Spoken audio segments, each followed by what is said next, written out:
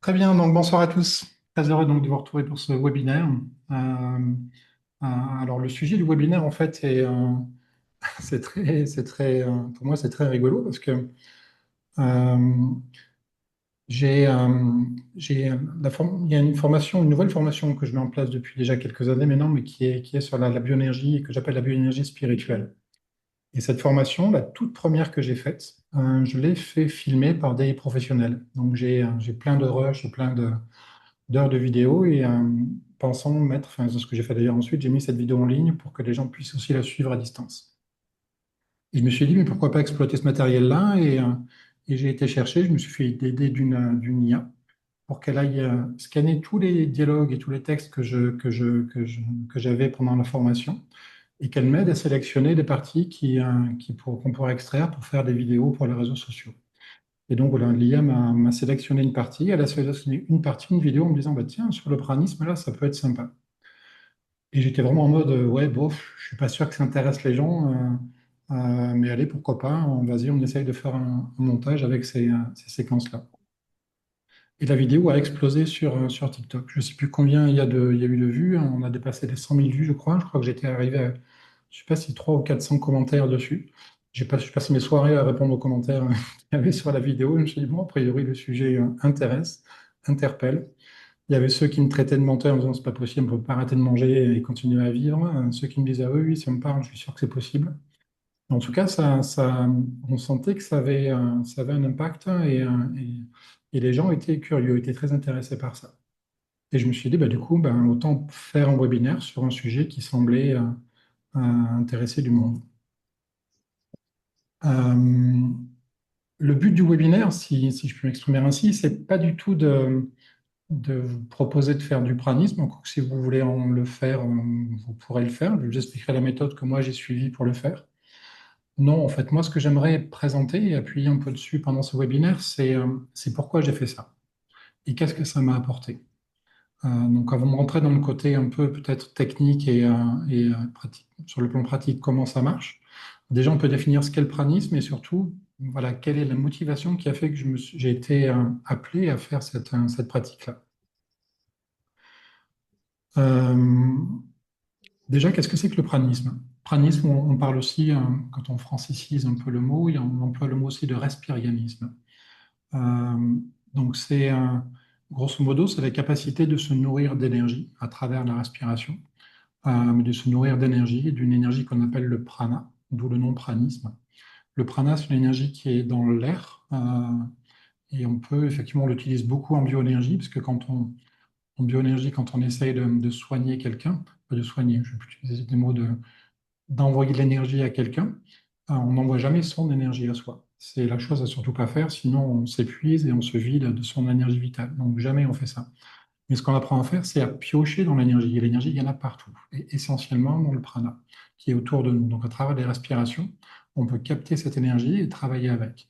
Et donc le pranisme se base sur ce principe-là de pouvoir capter cette énergie ambiante autour de nous et de se nourrir de ça.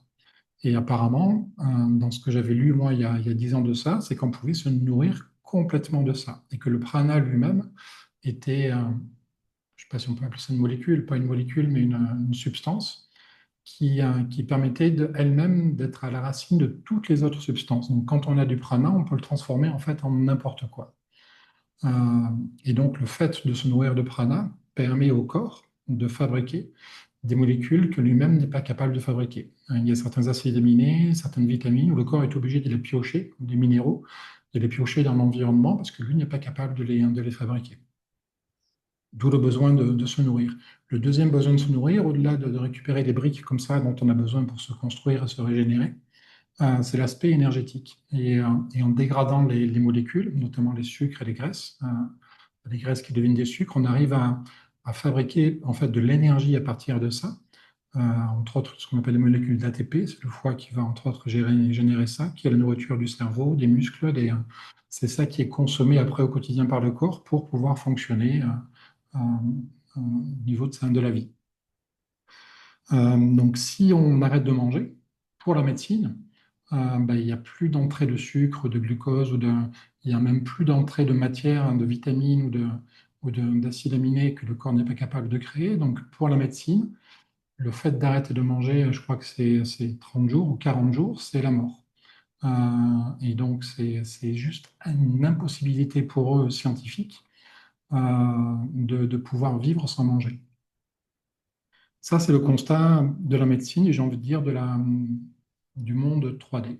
Et je peux comprendre que pour beaucoup de personnes, c'est compliqué de sortir de ce schéma-là, parce que c'est ce qu'on a appris à l'école depuis tout petit, et on se dit qu'effectivement, il faut manger pour vivre.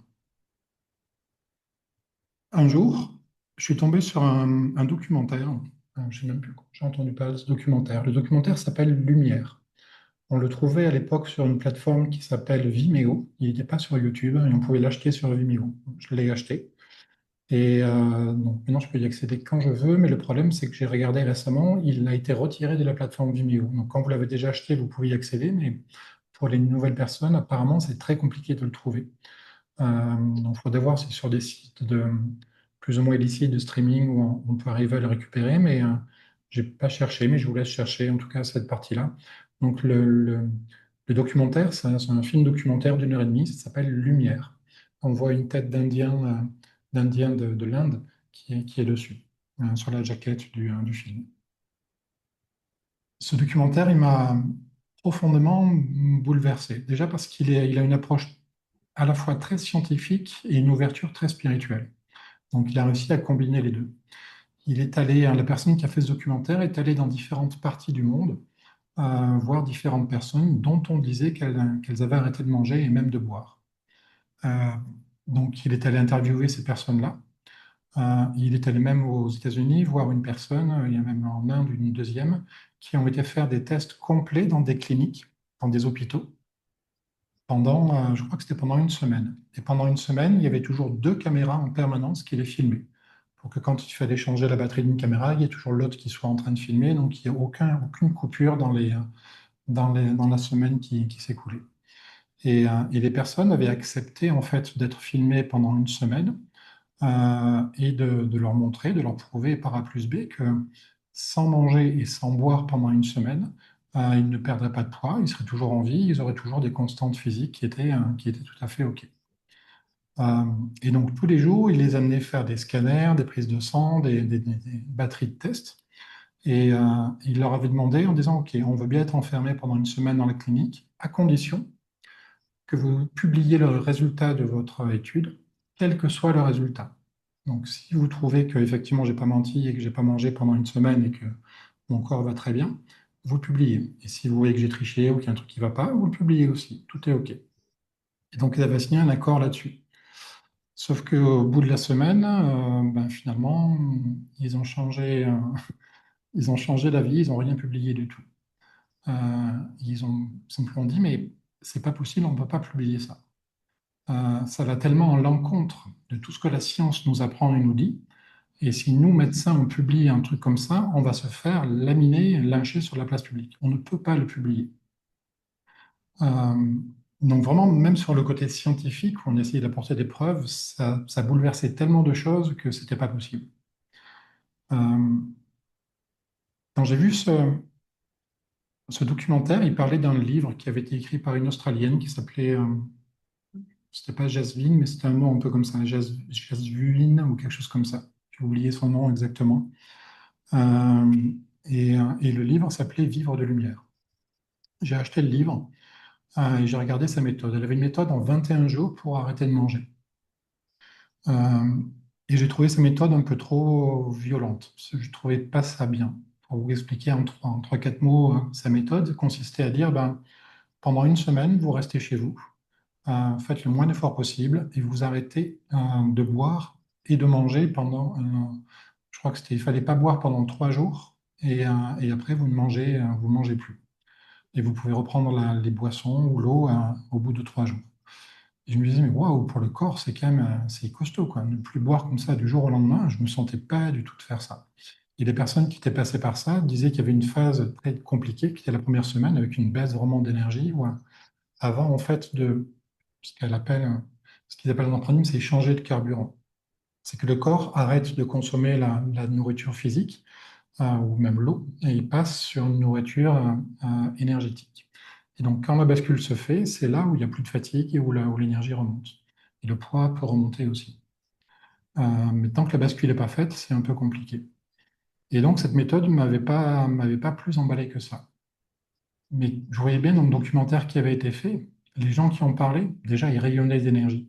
Il y avait des gens qui vivaient une vie sportive, jouaient au tennis, hein. Euh, j'ai même rencontré par la suite une dame qui, elle, avait commencé le prantisme sur les chemins de Saint-Jacques-de-Compostelle en plein été. Donc, et elle avait arrêté, pareil, de boire et de manger. Et elle avait, comme ça, pendant 3 mois, elle avait marché, randonné. Et pour ceux qui ont fait les chemins de Saint-Jacques, c'est pas de tout repos, c'est assez physique.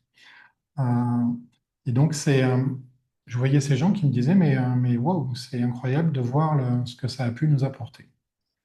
Et je ne sais pas pourquoi, ça a touché quelque chose en moi. Je me suis dit, mais ce qu'il y a vraiment de plus miraculeux derrière ça, c'était pour moi la concrétisation, la preuve parfaite qui aurait pu montrer, prouver presque à ma tête en me disant, mais tu vois ce que je te disais depuis des années, je suis avant tout une âme faite d'énergie avant d'être un corps physique. Et si je nourris cette âme qui est faite d'énergie, elle est capable de prendre soin de mon corps physique et de le nourrir. Donc c'était vraiment me dire, c'était un pari presque en me disant, euh, j'ai envie de vérifier cette hypothèse, est-ce que je suis avant tout fait finalement d'énergie? Est-ce que je suis avant tout cet être spirituel, fait de lumière, d'énergie, avant d'être ce corps physique?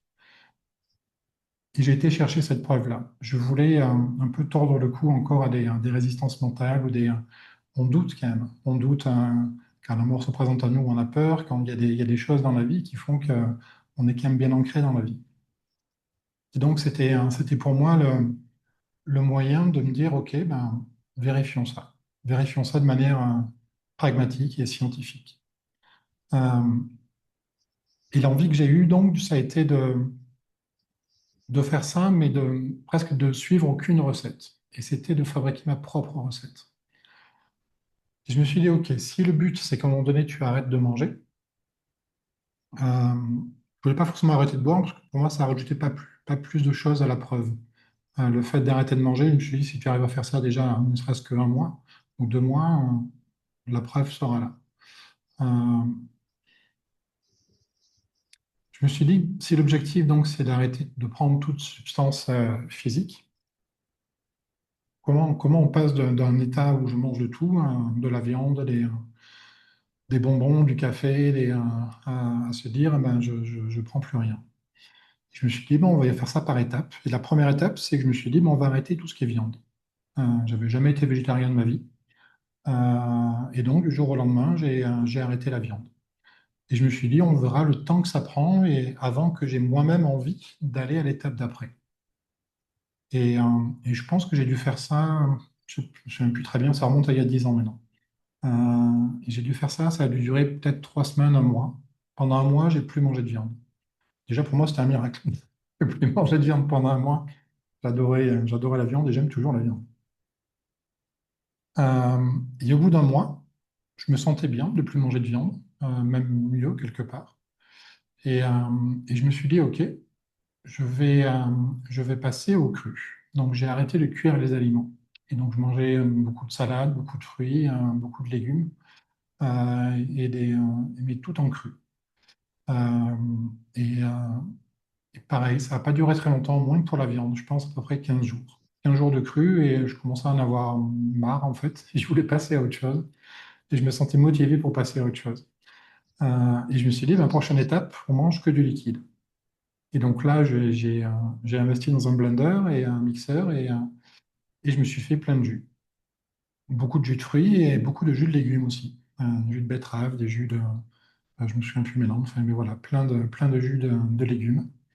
Et ça a duré pas longtemps, une semaine, pareil. Donc je pense que tout est pour tout, ça a dû durer 2 mois. Là où je pensais que j'allais mettre 6 mois, peut-être un an, où j'y allais sans me presser et vraiment au feeling. Et si je me souviens bien, à peu près en 2 mois, j'ai arrêté de prendre toute substance physique. Et donc assez rapidement, après être passé par le plus de viande que des légumes, et puis après que du cru, puis que du jus, et un jour, je me suis dit, ben, franchement, je pense que je vais arrêter. Je le sentais. Je sentais en moi qu'il y avait cette envie et plus ce besoin et plus cette faim de manger quelque chose de physique. Euh, les premiers jours, j'ai mon fils qui savait que j'adorais les bons plats et j'étais un bon épicurien. Quand ils étaient à table, j'allais à table avec eux en famille. Euh, à l'époque, mon épouse en préparait le repas et mon fils me passait l'assiette sous le nez en me disant, et ça, t'en veux pas? Et je humais l'odeur du plat.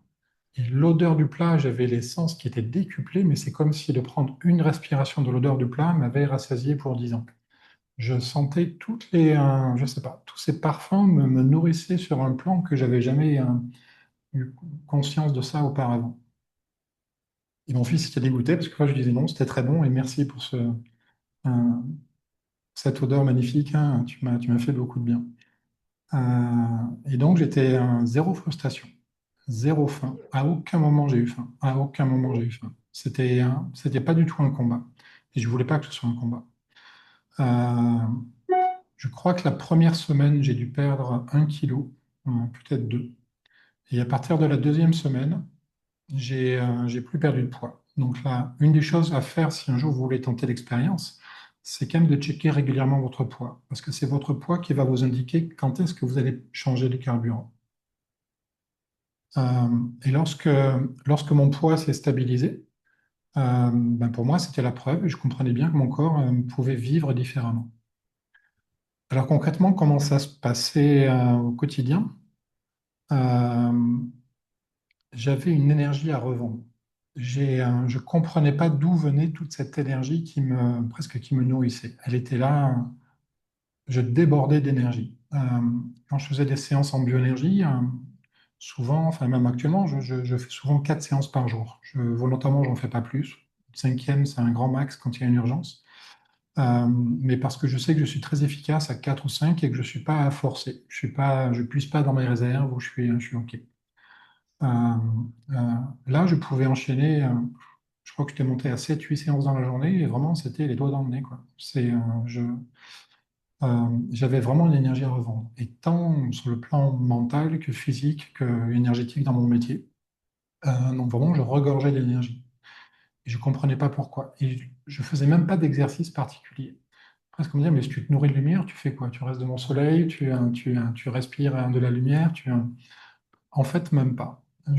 Curieusement, je passais même pas plus de temps que ça, voire même pas du tout. Ça se faisait presque naturellement et inconsciemment. Mais j'avais en permanence cette sensation d'être un être énergétique. Je sentais presque mon aura, un pétillement autour de mon corps. Je sentais ma propre présence énergétique. Et de sentir cette présence énergétique, c'est comme si elle-même pouvait se nourrir automatiquement parce que j'avais ma conscience de cette nature-là. Donc tout se passait presque automatiquement. Aujourd'hui, je pourrais proposer plein d'exercices à faire si vous voulez vous nourrir de prana. À l'époque, je ne les connaissais pas. Mais je dirais qu'il n'y a même pas besoin de ça. Euh, et aujourd'hui, avec le recul, je comprends un peu mieux les mécanismes qui ont fonctionné. Et en fait, si vous voulez vous lancer dans le pranisme, en fait, il faut sortir de la 3D et passer en 4D. Euh, et quand on est en 4D, on est connecté à son âme, on est connecté à son cœur et à ses énergies. Et on est beaucoup plus dans l'instant présent. Donc tous ces aspects font qu'on est automatiquement nourri par tout un système énergétique qui est autour de vous. Euh, donc on fera quelques exemples en fin de webinaire où je vous montrerai pour ceux qui me découvrent un peu comment on peut passer un peu en 4D et comment on peut récupérer du prana et même rediriger le prana dans son corps, dans différents chakras. Donc ce sera une partie un peu pratique du webinaire que je vous proposerai juste dans quelques instants. Euh, donc l'expérience a duré de mémoire à peu près 3 mois, 3 mois pendant lesquels je n'ai pas mangé.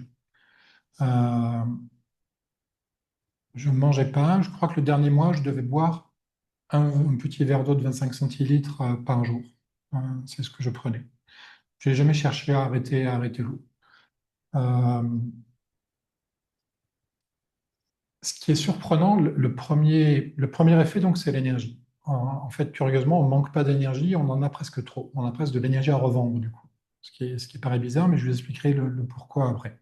J'ai un peu compris pourquoi. Le deuxième effet qui est un peu particulier, c'est que ben, on va plus aux toilettes. Donc ça, c'est assez rigolo, mais c'est concrètement, c'est le cas. On va plus aux toilettes. Euh, il y a une deuxième fois où j'ai fait cette expérience. Je vous raconterai après pourquoi j'ai arrêté. Au bout de 3 mois, j'ai repris la nourriture. Et je crois que c'est 2, 3 ans après, j'ai eu envie de refaire l'expérience. Et cette fois, j'étais seul. J'étais divorcé entre-temps. Et quand j'ai fait l'expérience, j'ai découvert un autre avantage au pranisme. Il y en a même deux autres que je me suis rendu compte. Le premier, c'est l'argent. On n'a plus besoin d'acheter de la nourriture. Et finalement, le budget bouffe, il est quand même assez conséquent. Et le deuxième, c'est le gain de temps.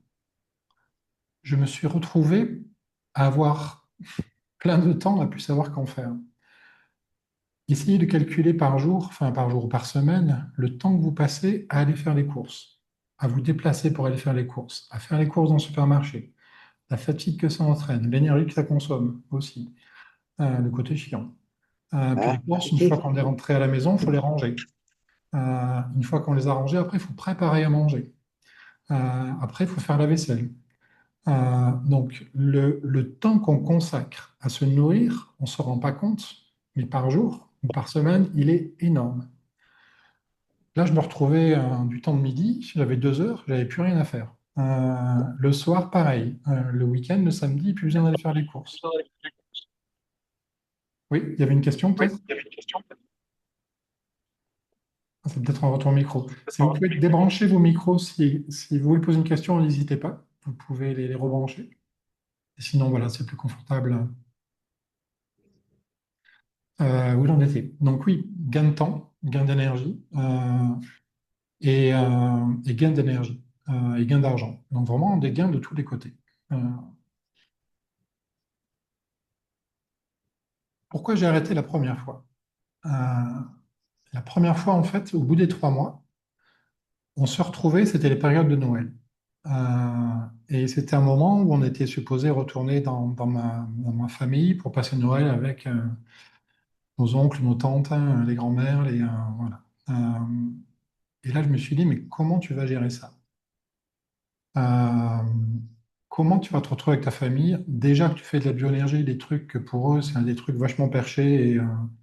Mais là, si je débarque et que je leur dis salut tout le monde, non, je mange pas avec vous, je suis désolé, je vous accompagne, mais avec le cœur, mais je vais pas prendre de coupe de champagne, je vais pas, je vais pas manger tous les bons plats que vous avez préparés.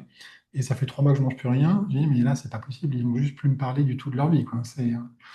Ils vont me prendre pour un extraterrestre complet cette fois. Et donc, je me suis dit, ben, oui, qu'est-ce que je fais? Je leur mens. Je leur dis que je suis malade et qu'exceptionnellement, ce soir, je suis désolé, mais je ne pourrais pas goûter leur bon plat.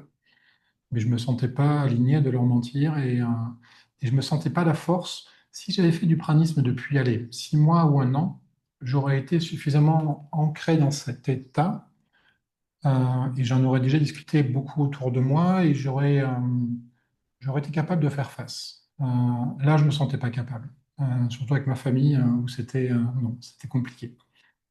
Et donc, je me suis dit, ben, écoute, le soir du Noël, ben, ça va être Joker et tu vas remanger, sans te forcer, mais tu mangeras un petit peu. Et en fait, j'ai remangé un peu. Et c'était très bon, même plus qu'un peu. Même si j'ai pas plus faim que ça, mais c'était très bon et c'est très bien passé. Et ben après, je sais pas pourquoi, ça a complètement coupé mon mécanisme et j'avais faim. Et à partir de là, ben, j'avais faim et donc j'ai mangé. Et donc l'expérience s'est arrêtée d'elle-même. Euh, et la deuxième fois, pareil, je crois que ça, je l'ai tenu 2, 3 mois. Alors pourquoi, je ne sais pas. Et au bout de 2, 3 mois, pareil, j'avais aucune faim. Et au bout du troisième mois, mais un beau jour, je me suis levé, je ne sais pas s'il était midi mais une faim, mais un truc qui m'est monté d'un coup. Je me suis dit, mais d'où ça sort cette faim-là? Alors, je sais pas, c'est moi qui avais coupé l'arrivée du carburant du prana et mon système. En tout cas, un jour, il m'a dit, non, non, là, même s'il faut aller prendre un bazooka pour braquer une épicerie et aller manger un sandwich, il faut y aller là. Donc, je me suis écouté, puis j'étais reprendre un énorme sandwich et vraiment, ça a fait beaucoup de bien. Donc voilà un peu pour mon expérience concrète. Alors, s'il y a des sceptiques, mon but, c'est pas du tout de les convaincre. Ça ne me sert à rien et le but du webinaire, il est surtout pas là. Enfin, ça ne m'intéresse pas. Et je peux comprendre que cette idée dérange tellement que des gens préfèrent rester dans une illusion de 3D parce qu'elle est plus confortable et je peux le comprendre 10 000 fois. Et il n'y a pas de souci avec ça. Euh, Après analyse, je pense que j'ai compris aussi pourquoi j'avais autant d'énergie, pourquoi on a autant d'énergie quand on arrête de manger. Euh, à la base, j'ai fait des études scientifiques en sciences, en biologie. Et en fait, il y a un aspect qui m'est revenu en tête, c'est que le corps, en fait, a besoin énormément d'énergie pour digérer. La digestion elle-même consomme énormément d'énergie. Je ne connais pas les ratios. J'aurais pu me renseigner, mais c'est pas, pour moi, c'est pas super intéressant non plus, mais c'est quand même une explication qui est intéressante. S'il vous faut 100 en énergie pour une journée de travail normal ou pour vivre, peut-être qu'il vous faut 80 pour digérer tout ce que vous avez mangé et que le surplus d'énergie que vous avez récupéré après digestion, c'est que les 20 qui vous manquaient. Donc peut-être que le pranisme, finalement, du coup, c'est plus 100 d'énergie à avoir et que les 20 à récupérer, puisqu'il n'y a plus la digestion. Donc votre corps ne va plus utiliser des tonnes et des tonnes d'énergie pour digérer. Donc on est beaucoup plus léger. Et donc on récupère de l'énergie qu'on n'a pas à dépenser quelque part pour la digestion. Donc ça, pour moi, c'était une grosse explication, une compréhension que j'ai eue de pourquoi ce regain d'énergie. Euh, et après, encore une fois, pour que le pranisme fonctionne, pour moi, je suis persuadé qu'on ne peut pas le faire fonctionner quand on est en 3D. Il faut apprendre à... Alors, moi, je l'ai fait intuitivement, mais je pense que tous ceux qui s'intéressent un peu à l'énergétique ou à la spiritualité font des allers-retours régulièrement en 4D ou voire même en 5D. Même s'ils ne mettent pas ces mots dessus, mais c'est des choses qui, s'ils grattent un peu derrière ces termes-là, ils vont comprendre que c'est des états de conscience qu'ils ont déjà connus. Donc, quand on est dans ces états de conscience-là, on sent qu'on se nourrit de quelque chose. On sent qu'on est reconnecté à quelque chose. Et ce quelque chose nous nourrit, réellement. Ce quelque chose nous nourrit. Voilà un peu pour les grandes étapes que je voulais vous décrire, en tout cas pour ce début de webinaire. Et je vais me taire quelques instants et vous laisser poser des questions si vous en avez. N'hésitez pas à vous le faire par le chat ou sinon faites-le en décochant vos micros en les rebranchant, ce sera plus sympathique en audio.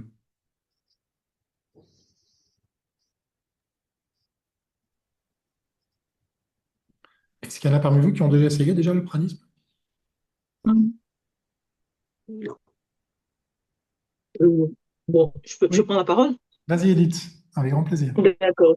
Non, moi, je n'ai jamais essayé. Je ne me sens pas encore la force d'y arriver, mais j'en ai entendu parler et je comprends que ce soit possible parce que lorsqu'on on fait certains soins énergétiques, le regain d'énergie qu'on reçoit, ça me permet de comprendre que c'est possible.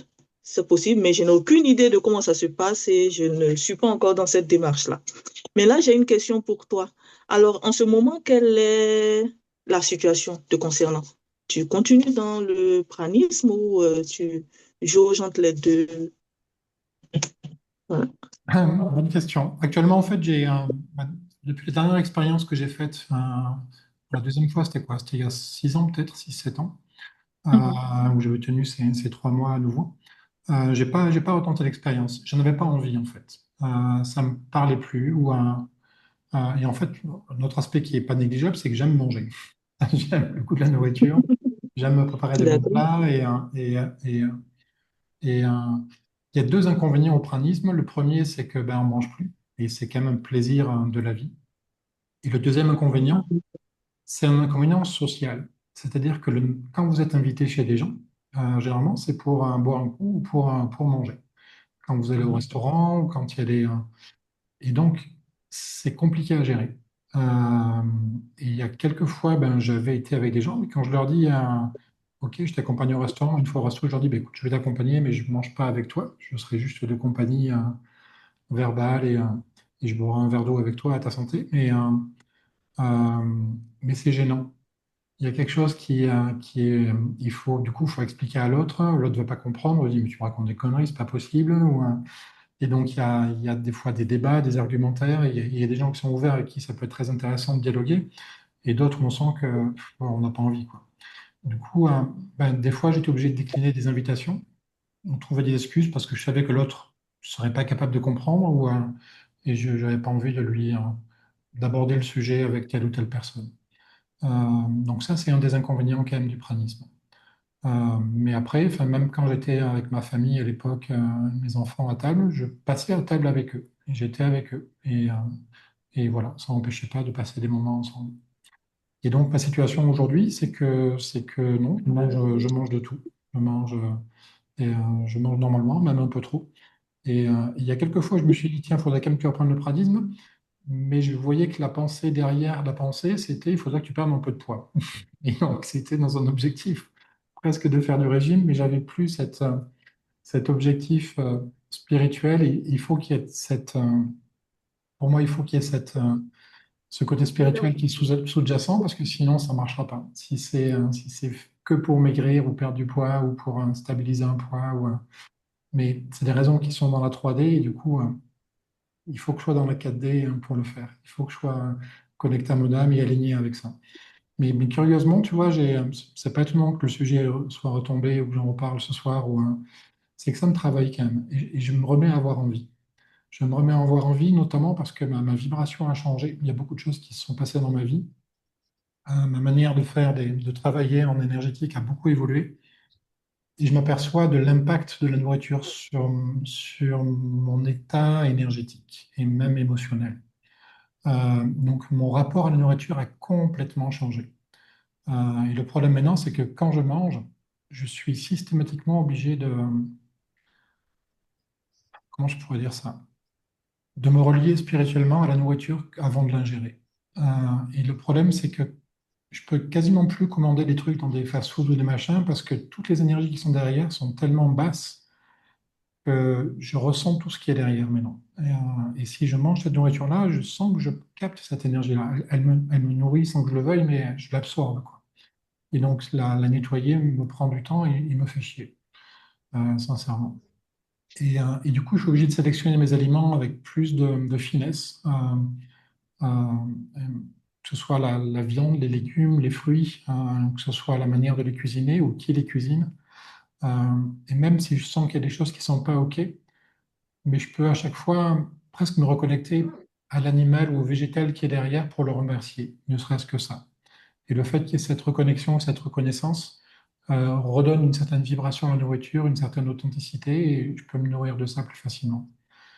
Mais, euh, mais pareil, j'en arrive souvent à me dire, mais c'est pourquoi il y a cette étape-là, quoi. Ça devrait être, la nourriture devrait elle-même être déjà dans un état qui est très bon. C'est pas le cas. Euh, un autre aspect des choses que je voulais aussi vous transmettre, ta question me fait penser à ça. J'ai failli le zapper. Vous faites déjà tous du pranisme sans le savoir. Et tous, vous vous nourrissez déjà d'énergie sans en avoir conscience. Parce que justement, la nourriture est tellement basse en fréquence en ce moment, enfin depuis quelques années, que normalement, l'humanité ne devrait pas survivre à cette malbouffe. Or, on survit. Et on survit parce qu'on arrive à compenser. Et on arrive quand même, mine de rien, à récupérer des choses au-delà de l'énergie qu'on prend dans la nourriture. En fait, il faut comprendre que quand on se nourrit de nourriture, pour moi, on se nourrit de lumière. Indirectement, on se nourrit de lumière et c'est cette énergie-là qu'on récupère. Qu'est-ce que fait une plante? Je me souviens, si je remonte à mes cours de fac, j'avais adoré tout ce qui était photosynthèse à un niveau moléculaire. C'est prodigieusement miraculeux, quoi, la photosynthèse. La plante capte l'énergie du soleil. Et on peut croire que la plante même, elle puise sa masse pour se construire dans le sol. Pas du tout. Ce qu'elle prend du sol, ce sont que des sels minéraux. Ça représente, je crois, c'est 0,1% de son poids. Donc 99% de son poids, elle le prend dans l'air. Tous les végétaux prennent leur force et leur matière, elles le prennent de l'air, du carbone qui est dans l'air. Donc elles absorbent le carbone pour se fabriquer. Et ce qui fait qu'elles arrivent à fabriquer ce carbone et à le fixer et à se construire, c'est l'énergie du soleil. L'énergie vient vraiment de la photosynthèse et du soleil. Donc, elles récupèrent cette énergie pranique, même lumineuse, du soleil pour se construire. Que font les animaux? Ils mangent ces plantes-là parce qu'eux ne savent pas prendre l'énergie du soleil. Que font les hommes? Ils mangent les plantes parce qu'ils ne savent pas, eux, prendre directement l'énergie du soleil. Donc, ils prennent un intermédiaire qui sait faire ce job-là. Mais indirectement, qu'est-ce qu'on fait? On fait la même chose, on récupère cette même énergie qui a été métabolisée. Euh, et plus cette relation entre la plante et le soleil et la plante et l'homme est correcte et juste, et le cycle court et harmonieux, plus on récupère cette énergie avec toute sa force, j'ai envie de dire. Et même quand euh, on mange un animal qui s'est nourri de plantes, qui s'est nourri de cette énergie-là. Donc pour moi, ça en revient à cette même racine qui est le soleil. Et donc la malbouffe fait que je pense que tous, on a déjà développé intuitivement, notre système euh, fait déjà ça, fait déjà du pranisme, j'en suis persuadé. Est-ce qu'il y a d'autres questions?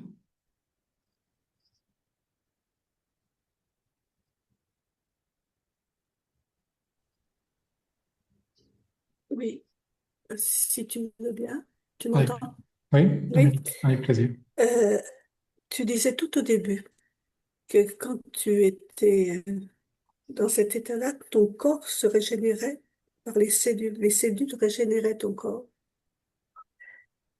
Euh, donc, ce nettoyage du corps, cette énergie qui monte, pouvait même te nettoyer de certaines maladies. En l'occurrence, je n'avais pas de maladie. D'accord. Mais dans l'absolu, j'en suis persuadé. J'en suis persuadé. Même le jeûne a cette capacité-là. Le jeûne intermittent ou le jeûne, au bout d'un moment, le corps a besoin de manger des cellules pour fabriquer de l'énergie. Genre, il mange des graisses ou donc, il va, au lieu de prendre la nourriture, il va prendre les réserves qu'il a fait. Ou il va détruire des cellules. Les premières cellules qu'il va détruire, c'est des cellules qui sont en moins bonne santé.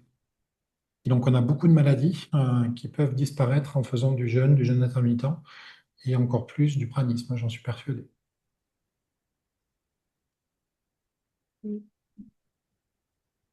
D'accord.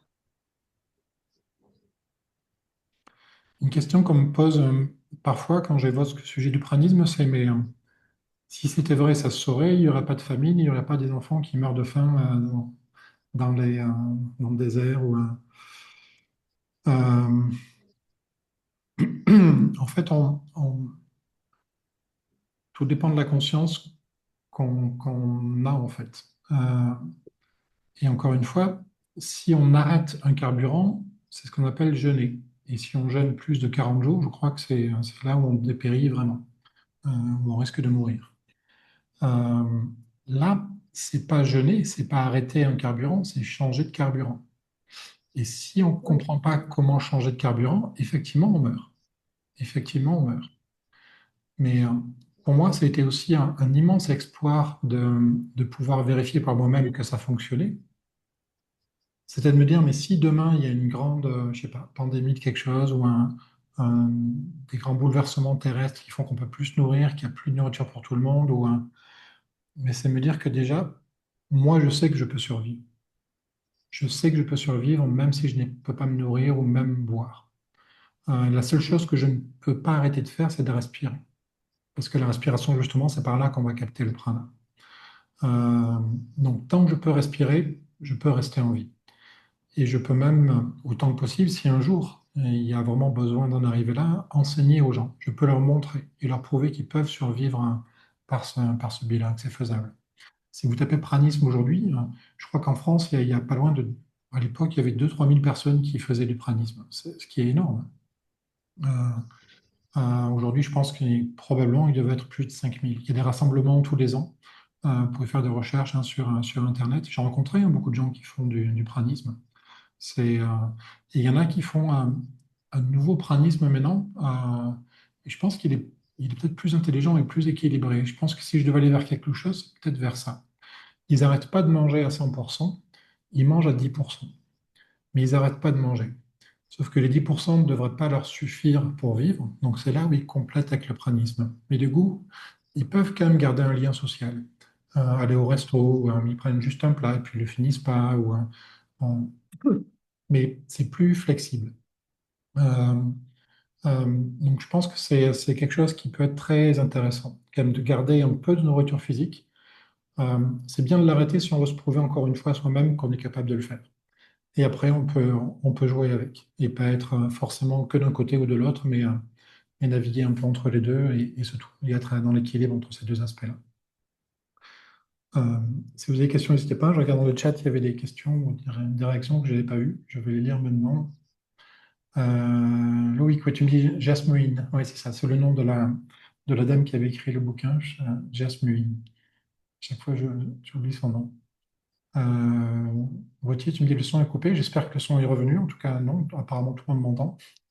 Donc, normalement, c'est bon. J'ai un triangle rouge sur le micro de la caméra. Ah, alors là, je ne sais pas. Sur le micro de la caméra, ben, je ne sais pas à quoi ça correspond. Je ne sais pas. J'arrive pas à débloquer. C'est qui? C'est Sylvie qui me dit ça. Alors, Sylvie, est-ce qu'elle est toujours en ligne? Sylvie, oui. En fait, il y a un trait rouge sur ta vidéo et sur ton micro qui montre qu'elles ne sont pas activées. Et normalement, en bas à gauche de ton écran, il y a deux icônes où tu peux cliquer dessus pour activer le micro ou activer la webcam.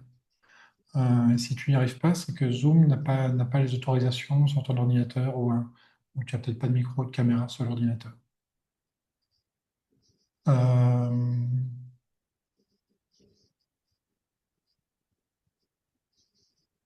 J'ai un système que si je ne mange pas, je maigris beaucoup. Quoi faire? Euh, c'est iPhone qui dit ça. Donc, bonjour iPhone.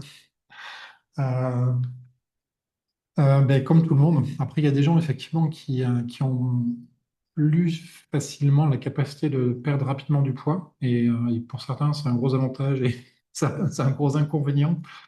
Donc, oui, on a tous des métabolismes qui sont différents. Euh, je me souviens d'un des témoignages justement de Jasmine, qui était interviewée dans ce documentaire Lumière. Elle disait que elle pouvait elle-même après choisir de réguler son poids. Moi, j'ai pas besoin de le faire parce que je me trouvais bien comme j'étais, mais elle demandait à son corps, à un moment donné, ok, là, je suis un peu trop maigre. Les gens pensent que je suis un peu trop maigre justement parce que je mange pas. Il faudrait que je prenne 1 ou 2 kilos. Et rapidement, dans les jours qui venaient, ben, son corps prenait 1 ou 2 kilos. Donc, elle demandait à son corps et son corps ajustait en conséquence. Donc, c'est aussi simple que ça. Dans l'absolu, c'est aussi simple que ça. Euh, Après, encore une fois, au début du pranisme, si vous arrêtez de manger, sauf si vous avez déjà le truc et que vous pouvez l'activer immédiatement, et sans doute peut-être aujourd'hui c'est possible, et je pense qu'aujourd'hui que c'est vraiment très lié à votre capacité à basculer en 4D, euh, mais, euh, mais c'est le temps de changer de carburant que vous allez perdre du poids. Et en ce qui me concerne, moi, les 2 fois, ça a pris une semaine à peu près. Euh, et Jasmine, son processus, lui, c'était 21 jours. En 21 jours, les gens basculaient complètement. Donc voilà, entre une semaine et 21 jours, c'est le délai où il faut surveiller. En tout cas, si vous faites ça, je peux que vous recommander en tout cas de checker régulièrement votre poids, de ne pas arrêter de boire au début. Je ne vous le conseille pas forcément parce que l'eau, c'est quand même vital, surtout en ce moment avec les canicules qu'il fait. Ouais.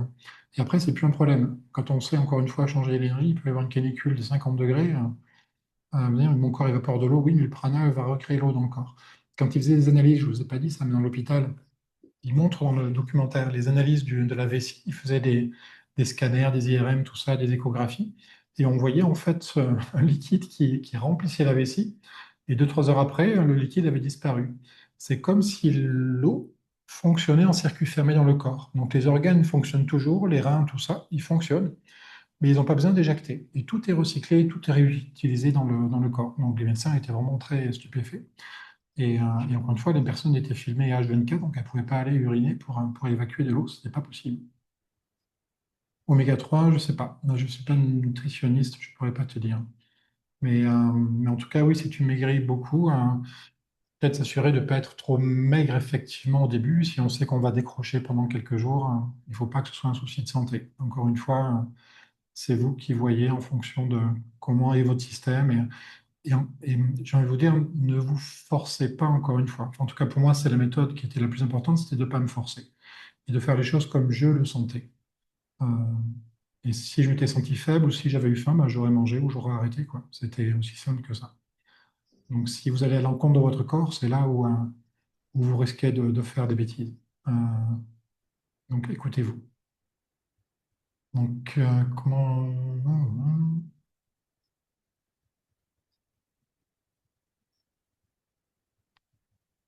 de manière partielle. Demande Edith, de manière partielle, ça m'intéresse. Ok, mais partiellement, vous pouvez faire du pranisme, même si c'est pour une semaine ou 15 jours, ou euh, euh, suivi sans manger iPhone. Ok, tout va bien au niveau du son vidéo. Parfait, merci Loïc. Et iPhone me dit, je bois plus de liquide que de nourriture. Oui, écoutez notre corps, c'est ça que je fais. Je bois plus de liquide que de nourriture. Donc, je veux dire, tu ne manges que de la nourriture liquide. Je pense que c'est ça que tu dois dire. Oui, bah, écoute, c'est encore une fois, écoute ton corps. Si tu sens que c'est OK, que c'est juste avec ton corps et qu'il est bien comme ça, continue. Et si à un moment donné, tu sens que tu peux arrêter, arrête et vois ce que ça donne. Et tu verras que tu sentiras un élan du cœur, une joie de le faire et tu te sentiras vraiment très bien. OK, s'il y a d'autres questions, sinon on va faire les petits exercices. Quelle heure il est là? Ouais, ça va être l'heure de faire les petits exos. Il y en a qui ont envie d'essayer, du coup, parmi vous. Je ne sais pas si j'ai pu inspirer des gens. En même temps, ce n'est pas le but de vous inspirer, mais c'était vraiment de vous témoigner, là. Encore une fois, pour moi, le plus important, c'était quelle plus magnifique preuve ultime de se dire qu'on est avant tout une âme immortelle, que de pouvoir se dire, mais je suis au-delà de mon corps. Euh, et euh, l'expérience est magique, rien que pour ça. Et rien que pour ça, je vous assure que les épreuves qu'on peut traverser dans la vie ou les doutes qu'on peut avoir, on a plus de poids pour les balayer et on sait qu'on peut avoir confiance parce qu'on a goûté à ça, justement. On s'est reconnecté à ça. Euh, je suis persuadé que dans quelques temps, la Terre est en train de changer beaucoup, d'ascensionner. On en parle un peu partout sur les réseaux sociaux. Ce qu'on peut appeler la nouvelle Terre, Dolores Cannon donne ce nom qui est très juste. La nouvelle Terre, je pense qu'on pourra très facilement faire du pranisme, très facilement. Aujourd'hui, on est encore un peu assis entre deux chaises et c'est peut-être moins facile euh, mais on peut le tester. On peut s'amuser avec et faire cette expérience si on sent qu'on est attiré par ça, en tout cas. Euh, il y a un point que je voulais aussi partager avec vous, alors qui a presque rien à voir avec le thème du jour, mais il est important parce que c'est des choses dont je parlais dans des précédents webinaires. Euh, Quand je suis parti au Canada il y a un an et demi de ça à peu près, je suis parti faire une formation là-bas. Et c'est lors de cette formation que j'ai rencontré une de mes guides, une guide exceptionnelle qui m'a suivi pendant un temps, qui me suit encore un peu de loin actuellement, euh, et qui était aussi la guide de mon prof. Et la connexion que j'ai eue avec elle était tellement extraordinaire qu'elle m'a touché au plus profond de mon cœur. Et notre prof, je vous avais expliqué un peu cette histoire-là, où le jour de la formation, enfin un des jours de formation, avait canalisé sa guide pour qu'elle puisse nous parler à travers lui, on pouvait lui poser des questions. Et elle m'avait dit des choses absolument incroyables quand j'avais posé quelques questions, et après elle s'était adressée à tout le groupe après avoir répondu à plusieurs questions. Et elle nous avait dit en fait que les choses allaient bouger assez rapidement sur Terre, et que les délais qu'elle nous donnait à l'époque étaient de 3-4 ans. Donc c'était il y a un an et demi. Et que dans 3-4 ans, il y aurait vraiment des grands chamboulements sur Terre. Et la Terre allait faire la bascule pour passer vraiment concrètement on va dire de la 3D à la 4D. Et ça allait être compliqué pour certaines personnes. Euh, Entre autres, notamment au niveau de l'économie, qui allait subir des gros chocs. Au niveau aussi de la Terre elle-même, que ce soit des tremblements de terre, des tsunamis, il allait y avoir des choses qui allaient bouger assez fortement. Et, euh, et on nous disait de ne pas nous inquiéter, que ça allait bien se passer, mais qu'il allait quand même y avoir un moment pas simple, un cap pas simple à passer. Et qu'il y aurait vraiment des choses magnifiques qui allaient être derrière ça. Et qu'il fallait passer par cette période un peu de chaos avant de trouver une nouvelle manière de fonctionner. Il se trouve qu'il y a eu une autre session avec mon prof et des amis et qu'il a de nouveau canalisé sa guide, qui a pu de nouveau s'exprimer sur ce sujet-là. Et apparemment, il semblerait que les quelques guerres qu'il y a eu récemment sur Terre aient fait leur job.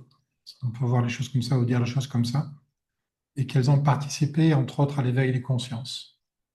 Et qu'elles ont également participé à l'évacuation de certaines énergies. Euh, Quand il y a trop de tension, de colère, de jalousie ou de rapport de force et d'ego, les guerres permettent d'assainir ça et de libérer les choses. Un peu comme vous avez deux personnes qui n'ont qu'une envie, c'est de se taper sur la gueule. Ben, une fois qu'ils sont tapés sur la gueule, ils s'en font un peu mal, mais après, c'est bon. Ils n'ont plus cette hargne et les choses sont de nouveau plus calmes. Donc les deux guerres là qu'il y a eu, entre autres, ont eu cet effet-là. Euh, je pense que ce qui s'est passé à Gaza a réveillé beaucoup de conscience. C'était, je pense, un des buts de cette guerre, c'était aussi ça. Euh, et en fait, du coup, apparemment, l'éveil des consciences a été plus rapide que prévu. Il y aura plus cette phase qui était annoncée donc à l'époque dans 3-4 ans. Et apparemment, les nouveaux échos qu'on a pu avoir de là-haut, c'est que ce serait plutôt pour 2030, voire même peut-être 2040. Ce qui nous laisse 10 ans pour continuer à avancer, à grandir et j'ai envie de dire, à éveiller des consciences et à s'éveiller avant tout nous-mêmes. Donc ça nous remet un peu de temps et, euh, et du coup là, il y a des grandes chances que la transformation se fasse avec beaucoup plus de douceur. La transition va pouvoir s'opérer avec plus de douceur. Et donc je pense que c'était en tout cas une très bonne nouvelle que je voulais partager avec vous et compte tenu de la source, euh, je ne donne pas le nom de la guide, tout le monde la connaît, hein. Elle a eu des incarnations très connues sur Terre et je préfère ne pas donner son nom, mais ça ça vient d'en haut. Réellement, ça vient d'en haut, ces informations-là. Et ça corrobore pas mal de choses qu'on entend aussi sur Internet. Donc voilà, en tout cas, des belles choses qui vont continuer d'arriver. On va faire quelques petits exercices si vous voulez, essayer de se connecter. Pour ceux qui ne connaissent pas trop, on va faire un ou deux exos pour basculer en 4D et après on fera quelques petits exos avec le prana. Ça vous permettra de comprendre un peu mieux comment ça fonctionne, qu'est-ce que le prana et comment on peut jouer avec. Euh, le premier exo, on va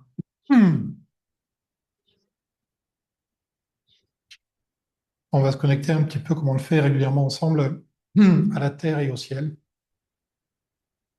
Le deuxième exo, on va commencer à utiliser le prana. Je vous l'explique un peu avant pour après faire l'exo pour qu'il y ait moins d'explications pendant l'exo lui-même. On va inspirer le prana à travers le nez autant que possible. J'espère que vous n'avez pas le nez bouché, sinon vous faites de votre mieux. Vous inspirez le prana par votre nez et essayez d'avoir une respiration, la même respiration que quelqu'un a pendant que la personne dort. Quand elle dort, elle a une respiration légèrement bruyante, où le fond du palais vient coller un peu à l'arrière de la gorge, en haut de la gorge, comme si l'air avait un conduit qui était beaucoup plus restreint et donc devenait un petit peu bruyant. Donc cette respiration, elle porte un nom, on l'appelle la respiration de Shiva, donc on va utiliser cette respiration pour respirer.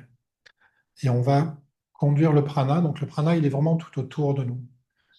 Quand vous regardez, en ce moment c'est l'été, peut-être le soleil il n'est pas encore couché chez vous, si vous regardez le ciel, s'il y a un ciel bleu euh, et qu'il n'y a pas trop de soleil non plus, vous allez voir plein de points blancs dans le ciel. Des points lumineux qui bougent un peu partout. Ça, c'est le prana qui peut être visible à l'œil nu. Quand vous voyez ce ciel-là, vous mettez vos deux mains comme ça, en mettant vos doigts proches les uns des autres, presque comme si les doigts se collaient les uns aux autres. Si je le fais sur le mur blanc, là, derrière, ça fait ça. Et ensuite, donc, vous regardez vous comme ça, le ciel est derrière votre main, le ciel bleu, et vous écartez très légèrement les doigts. Et en écartant les doigts, vous laissez les doigts comme ça, et vous allez voir qu'il y a comme des filaments qui suivent les doigts. Même là, je le vois sur l'écran de l'ordinateur, hein, vous devriez peut-être pouvoir le voir sur le mur blanc qui est derrière. Si je vais faire ça comme ça, si je rapproche mes mains ici, et je viens les étirer, vous allez voir qu'entre mes doigts, il y a des fils de lumière qui vont apparaître et qui vont danser un peu, qui restent comme des liens, qui restent, je ne sais pas si c'est visible ou pas à la caméra. Sinon, faites l'expérience vous-même, sur vos propres mains.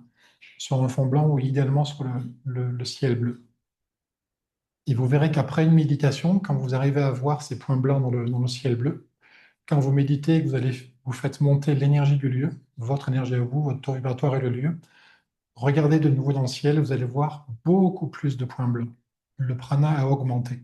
Plus vous faites monter l'énergie d'un lieu, son taux vibratoire, plus le prana est présent. C'est pour ça qu'on se sent très bien dans les lieux très énergétiques, parce qu'il y a énormément de prana. Et pour ceux qui voient l'énergie, en fait, on peut repérer à l'œil nu les lieux où il se passe des choses dans l'énergie, parce qu'on voit que ce prana, il est accumulé à certains endroits. Donc on peut le voir, on peut le sentir, il y a un pétillement qui est là. Là déjà, je le sens, là où je suis, là, l'air commence à pétiller différemment. Ça devrait être le cas parce que j'essaye de rester connecté à vous qui êtes présents encore une fois en direct, mais même à vous qui allez voir le replay, pour que la vibration que je suis en train de générer, que j'aide à installer ici, soit partagée par tout le monde. Donc j'en étais où? Respiration de Shiva. Donc le prana, on va le capter par cette respiration et on va l'amener à l'endroit où est notre attention. Donc dans un premier temps, on mettra l'attention dans le chakra du cœur et on va amener le prana dans ce chakra du cœur pour faire grandir une sphère à chaque inspiration et à chaque expiration. Donc l'inspire capte le prana. Et vous allez me dire c'est bizarre, mais pourtant c'est le cas. L'expiration capte aussi le prana. En fait, le prana, c'est quand il va circuler. Mais il circule dans un sens ou dans l'autre, c'est là qu'on va pouvoir l'absorber. Donc même l'expiration continue de concentrer le prana au niveau de la poitrine. Je vous propose de fermer les yeux pour ceux qui le souhaitent, ce sera plus confortable, mais ce n'est pas une obligation. On va prendre juste un temps pour respirer normalement, mais respirer en conscience. On ne respire pas souvent en conscience, pas suffisamment. Simplement presque se dire là, je suis en train de respirer. Et dans un premier temps, on va déjà respirer de l'oxygène et des belles choses.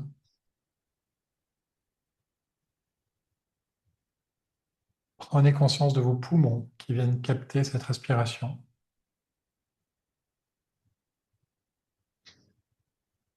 De votre corps. La respiration est tellement importante. Encore une fois, on peut arrêter de boire et de manger pendant des jours, des mois, des années, mais respirer à peine quelques minutes.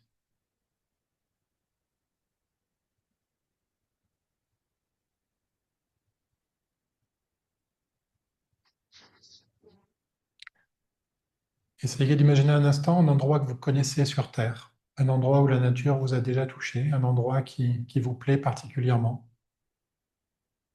un endroit où vous vous avez déjà dit dans votre tête, mais mon Dieu, que la Terre est belle.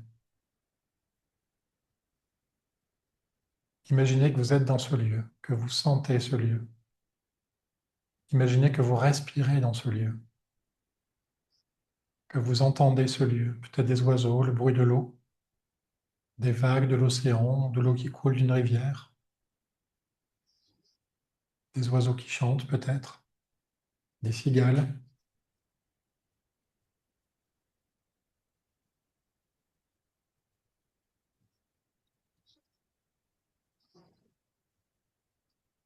Et simplement remercier la Terre d'avoir créé des endroits aussi beaux que celui-là.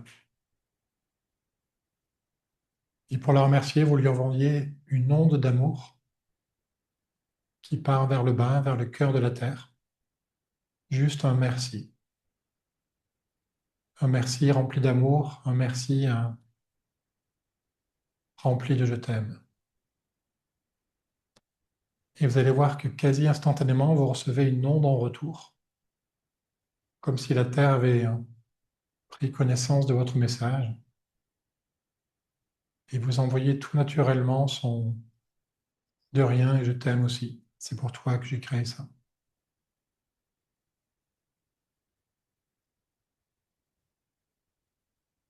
Et pendant un instant, on va juste prendre conscience de cette planète qui est magnifique. Cette magnifique boule bleue qui flotte dans l'espace.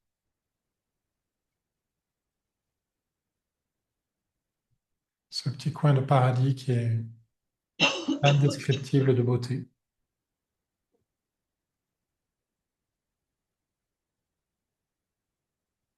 Et simplement lui dire, mais combien on la trouve belle, combien on l'aime, et sentir son amour en retour.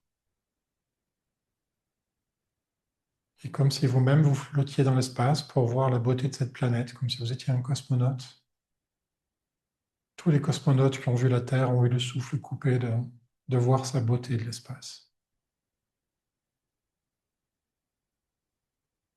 Il y a eu un avant et un après sur Terre quand on a vu la première photo qui ont été diffusées de la planète Terre depuis l'espace. On a pris conscience de sa beauté.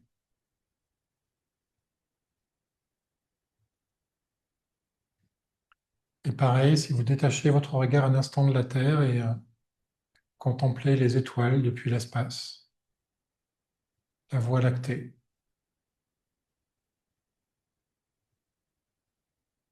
le système solaire, le Soleil avec la Terre qui tourne autour, toutes les planètes, Mars, Vénus, cette danse cosmique, ce silence. Et là aussi, vous ne pourriez pas vous empêcher d'envoyer 2 milliards de tonnes d'amour envers toutes ces étoiles et ces planètes pour leur dire, mais waouh, waouh, qu'est-ce que c'est beau. Qu'est-ce que j'aimerais être dans l'espace pour contempler toutes ces beautés. Et quand vous envoyez ces ondes d'amour, regardez le retour que fait le ciel, le retour que fait la Lune, le Soleil, les étoiles lointaines, les galaxies. Et sentez l'amour en retour.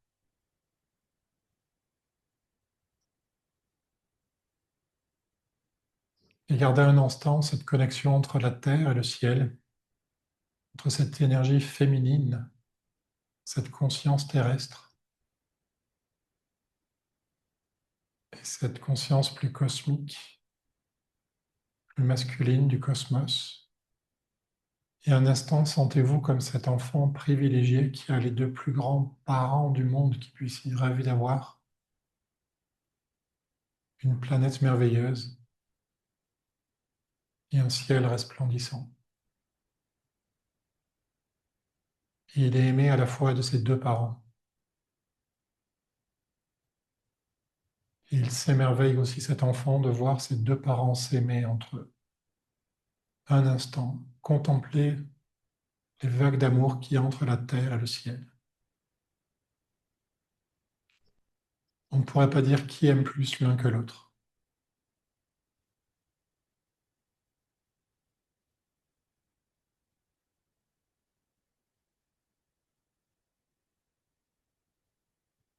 Vous allez imaginer que vous êtes maintenant une petite boule dans votre chakra du cœur.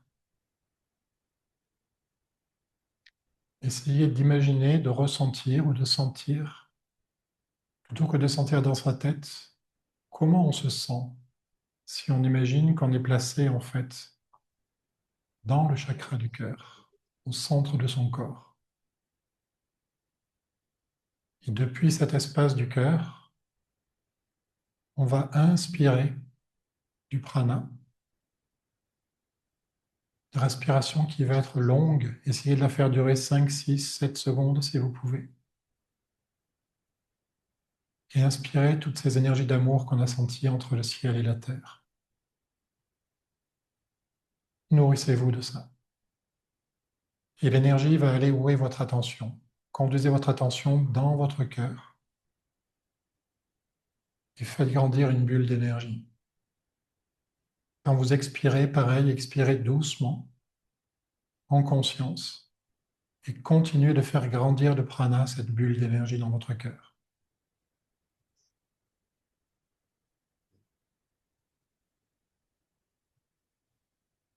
Et cette bulle, à force de grandir, elle va bientôt s'approcher des chakras qui sont au-dessus et en dessous, le chakra de la gorge et le chakra du plexus solaire.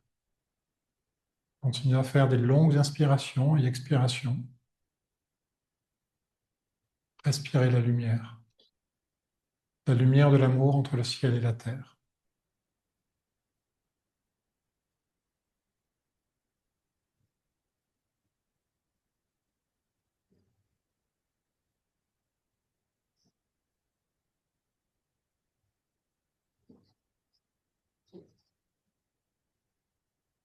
La bulle maintenant a englobé le chakra de la gorge et le chakra qui est en dessous du cœur, le plexus solaire, et il continue de grandir, cette bulle.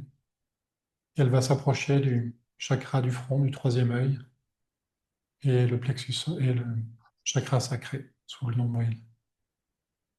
Toujours pareil, l'attention conduit l'énergie dans le cœur, le prana. Continuez de capter ces étincelles de vie tout autour de vous, ce pétillement magique.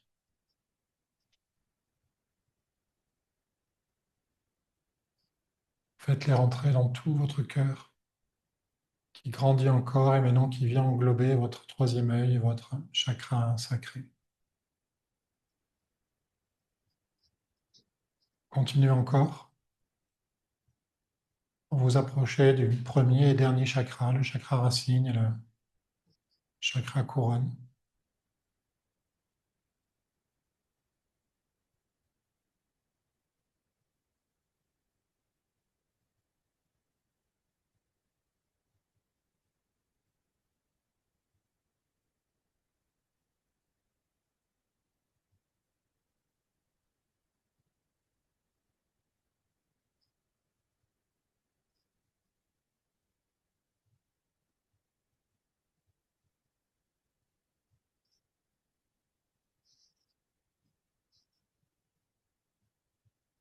Voilà, maintenant vous êtes totalement englobé dans cette bulle lumineuse, remplie de prana. Observez comment vous vous sentez. Vous devriez sentir beaucoup plus votre corps énergétique que votre corps physique. Comme si chacune de vos cellules vivantes pétillait d'énergie. Et ce rayonnement, ce pétillement dépasse même la taille de votre corps. Comme si vous irradiez réellement une vraie lumière.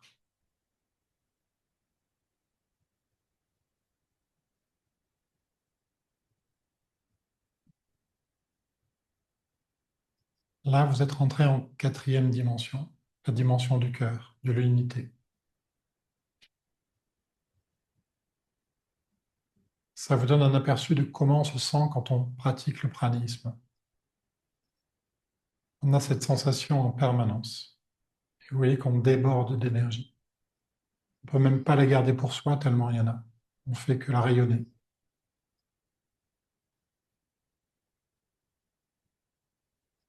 Mais avec ou sans pranisme, on peut vivre la même chose.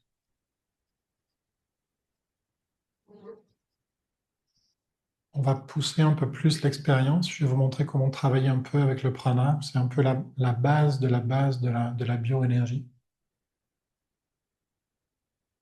Je vais vous montrer comment on peut activer un chakra avec le prana. Vous allez mettre votre attention au niveau du troisième œil, juste à la racine du nez, entre les sourcils. Et vous allez inspirer du prana. Et encore une fois, l'énergie va là où est votre attention. Et vous allez charger en prana votre troisième œil.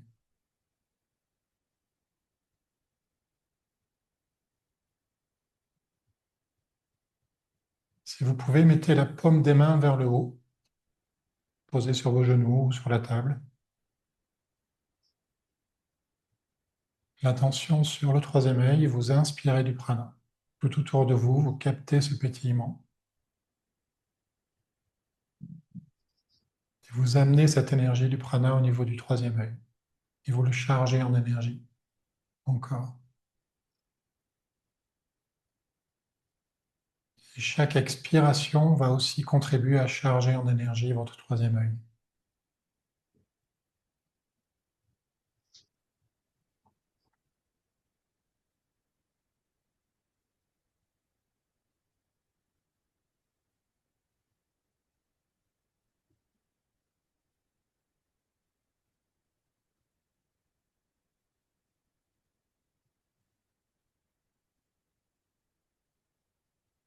Faites encore quelques respirations.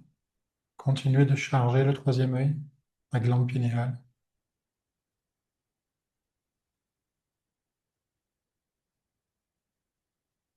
Vous devriez sentir qu'elle s'active beaucoup plus au niveau de l'énergie. Et maintenant, ce que vous allez faire, c'est que vous allez retourner vos mains, la paume vers le bas. Et l'énergie que vous avez accumulée dans le troisième œil, vous allez la faire s'écouler le long de vos épaules, de vos coudes, de vos bras, et ramener cette énergie dans les deux paumes de vos mains. Donc vous déchargez votre troisième œil vers vos deux mains. Et vous allez sentir qu'est-ce qui se passe dans vos mains.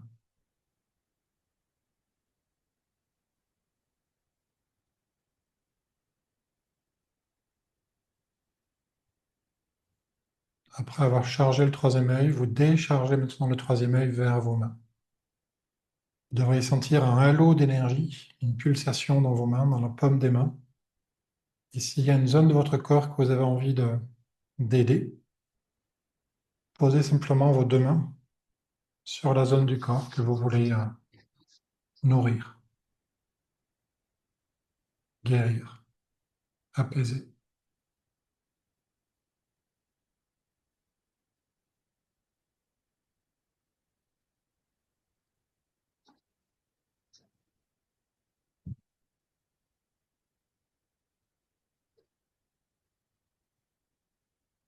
Alors, quand vous le sentez, vous pouvez ouvrir les yeux. Et je serais très heureux si vous pouviez, si vous voulez prendre la parole ou faire un retour, me dire si vous avez senti une énergie autour de vous, comment vous avez perçu cette entrée en quatrième dimension et si vous avez pu concentrer l'énergie dans le troisième œil et ensuite sentir sur les mains, est-ce qu'il y a eu une sensation au niveau des mains ou pas. Patricia, vas-y, je te laisse. Waouh, c'est puissant, hein.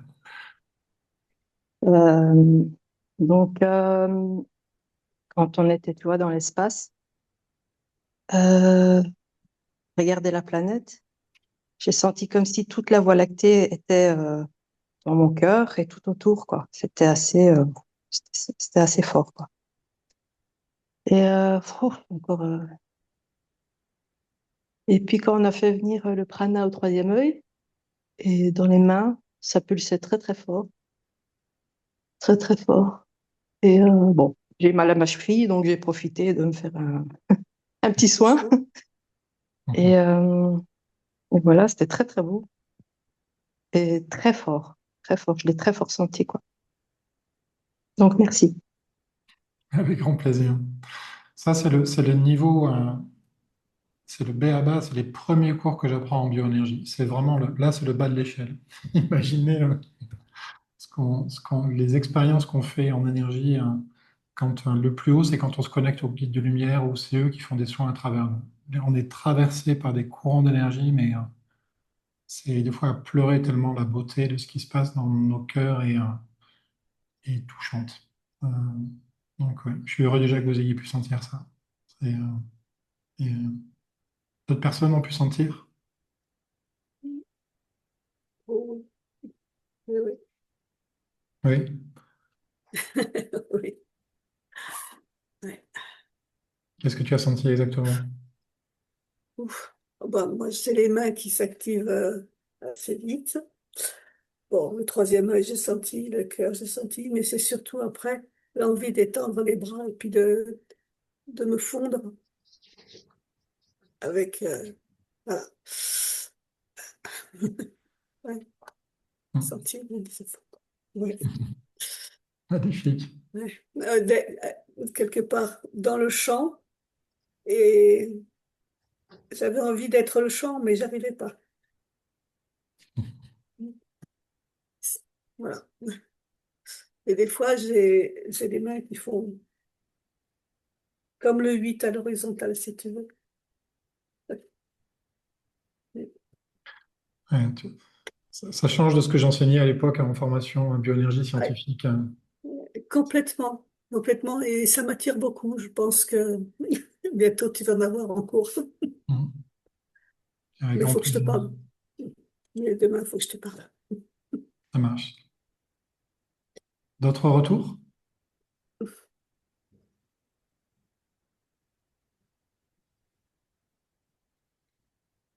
Il y en a qu'on pu sentir, qui veulent s'exprimer? Il n'y a pas d'obligation, hein, mais... Ah, il y a une personne qui dit, non, tu Euh, mélanges. Ah, pardon, vas-y, c'est quelqu'un qui veut s'exprimer. Edith, oui, vas-y. oui. Moi, ce que j'ai senti, c'est au niveau quand tu as parlé du troisième œil, j'ai senti une sorte de tension au niveau de l'endroit indiqué entre les sourcils. Je sentais de la pression à ce niveau. Ouais, Voilà. Et puis, ensuite, quand tu as demandé qu'on fasse traverser pour que ça arrive au niveau de la main, j'ai pas senti très fort au niveau de la main, mais en tout cas, j'ai senti la même tension, mais avec un niveau plus bas. Au niveau du troisième œil, c'était vraiment très fort, c'était très lourd au niveau du troisième œil. Et puis, en gros, ce que j'ai ressenti pendant que tu nous guidais, c'était comme une sorte d'ivresse, comme quand on a pris un peu trop d'alcool et que, voilà. ouais. Ça, c'est quand le taux vibratoire monte, ça donne... si on monte trop haut, c'est- il faut savoir doser. À un Voilà, moment donné. Puis ça, voilà. j'ai rien pour style On n'a méditation. pas besoin d'alcool. Non, tout à fait. C'est ça, merci. Merci à toi pour ce partage. Mhm. Mhm. D'autres retours?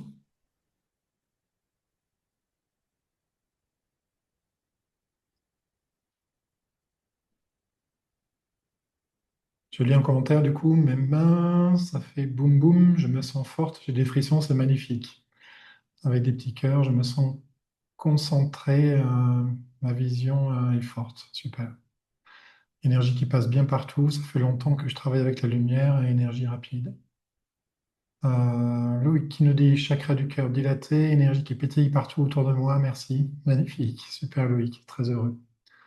Sylvie, énergie puissante, j'ai mal dans le bas du dos, j'en ai profité pour me soigner. Ben voilà, maintenant tu sais comment faire. Une des techniques pour faire ça. Ce que tu peux faire aussi, ce que vous pouvez faire, si vous avez une zone pareille qui ne va pas, encore une fois, l'énergie va là où est votre attention.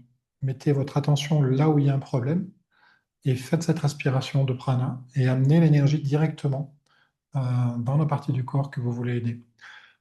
Vous pouvez faire beaucoup de méditation aussi au niveau des chakras. Si à un moment donné vous sentez que vous avez besoin de travailler votre premier, deuxième, troisième chakra, respiration de prana, mettez-vous en 4D d'abord, respiration de prana, et amenez directement, quand vous respirez, vous chargez le chakra. Euh, Après, enfin voilà, faites-vous expérimenter, voyez comment ça marche. Et quand vous voulez aider quelqu'un ou aider avec vos mains, le plus simple moyen, vraiment au début en tout cas, c'est de charger en prana le troisième œil, et après c'est le troisième œil qui redistribue et qui envoie. Et après, vous verrez que ça en continue. En respirant, c'est, ça pulsera tout le temps. Il n'y a pas besoin d'abord de charger et après de décharger. Ce sera automatique. Une petite question. Pour Oui. ce qu'on a fait, on a utilisé le troisième œil. Est-ce qu'on peut utiliser un autre chakra pour faire la même chose qu'on a fait avec le troisième œil? Non, si vous voulez, en tout cas, si le but est d'amener l'énergie dans les mains pour après, entre guillemets, imposer les mains ou envoyer l'énergie avec vos mains, il faut passer par le troisième œil. Il n'y a que lui qui peut faire ça. Euh, D'accord, ok. Accessoirement, on se sert d'autres chakras, et notamment du cœur, mais je ne peux pas rentrer dans trop de détails là. Après, ce que vous pouvez faire sinon, mais ce n'est pas dans le même objectif, ce n'est pas dans le but de soigner avec ses mains, c'est dans le but Ok, soi-même d'activer un chakra. Donc on peut faire le même exercice, ce que j'expliquais à l'instant, pour amener le prana, l'énergie, dans un chakra. Si vous sentez que votre gorge est bloquée, votre cœur ou autre, respirez, ramenez l'énergie, ramenez le prana dans le chakra qui est bloqué comme ça, et ça va pouvoir aider. ok, ok, j'ai bien compris.